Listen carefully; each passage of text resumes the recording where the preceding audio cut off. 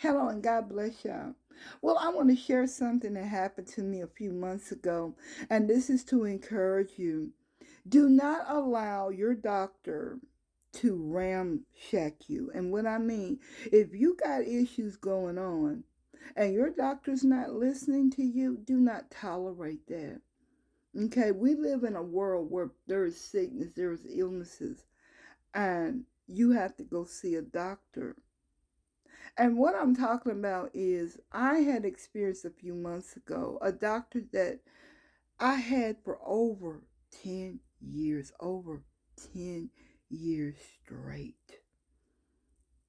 And I was going to an appointment that I really did not know why I was going that day because I had a checkup coming up in a couple of days, but I rescheduled it because I needed to see them sooner. So the young lady came in, and I had never seen her before, and she was another doctor's doctor. She wasn't my doctor's doctor. I had to see another doctor that I liked, but I hadn't recognized this medical assistant. She was new. At least she might have came from another facility because they have a multiple locations. So I had never seen her. So, like I do everybody else, they ask and do the vitals and all that.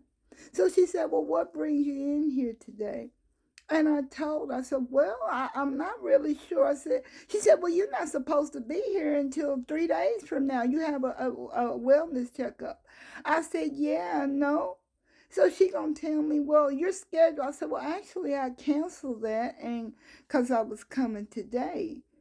She said, well, I said it's not canceled. I canceled that appointment. So now she's insulting my intelligence, right? She didn't say, well, let me check because right now it's showing that it's still scheduled.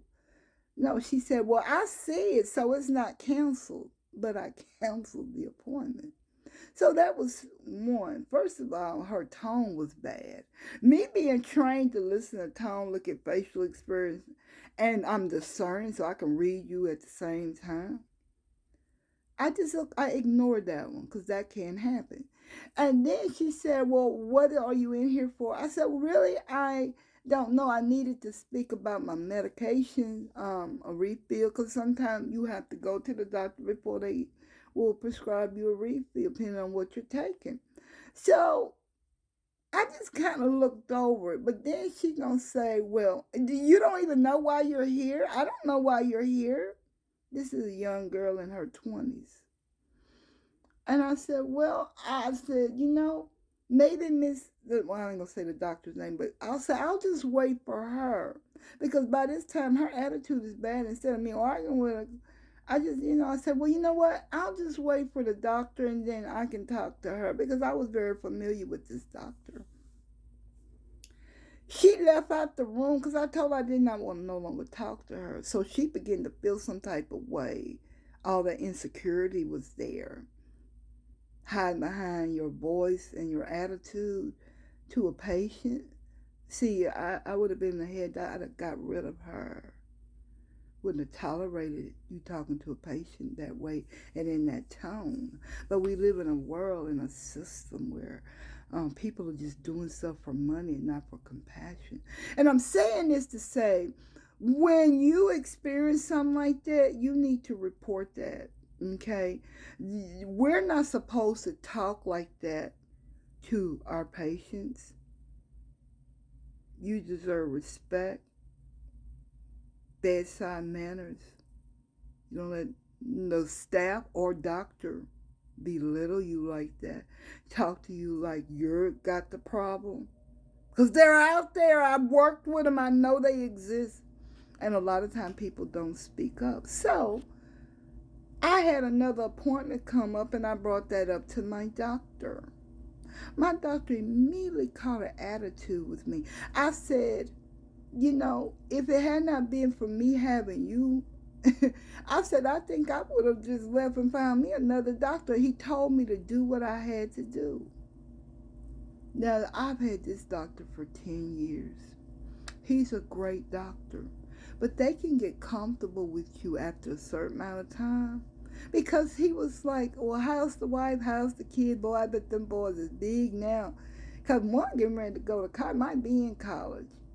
And I think one just graduated, he had two boys, and they were little when I met him. And so I would ask him how everything going. He even talked to me about they had moved to another home. This is the kind of relationship I had with my doctor. So can you imagine how hurtful that was when he said that? After just sharing what I experienced. You don't let nobody talk to you. That crushed me. I cried, people. And I had to find another doctor. Now I got all this in my head. Oh man, I don't want to just run because it's hard to find a good doctor. But I couldn't just look over that because now when I go see you after that, I'm not going to feel the same. I'm going to feel some type of way. I'm not even going to listen to your advice. You do not let your physician step all over your heart. Yes, sometimes they have to stay in authority, but that was not, oh, well, you really need to take this medicine. This was an attitude like, well, do whatever you got to do. And he used a tone that was so unprofessional. And I thought about just kind of letting that go, but no, I don't. I don't let stuff like that go. You're my main physician. You're not like a specialist that I'm going to see. Maybe I've had you for 10 years. You're the one I go to. No, you don't. Speak up. Your physician don't listen to you, you get someone. I don't care. You people who have elderly loved ones, you watch how the doctors and staff treat your loved ones. They're there for care. Now there are some people just bitter and hateful, and they're patient, and you cannot please them. Seen a lot of them. Can't please the family. I have worked under agencies, home health, as a home health aide, dealing with very bad situations. They didn't fire me. I leave and tell the staff or tell the agency, I'm not gonna do that. And I was an unbeliever then, because even as an employee, no, you're not gonna be talking verbally abusive to me, and I'm in the privacy of your home as a home.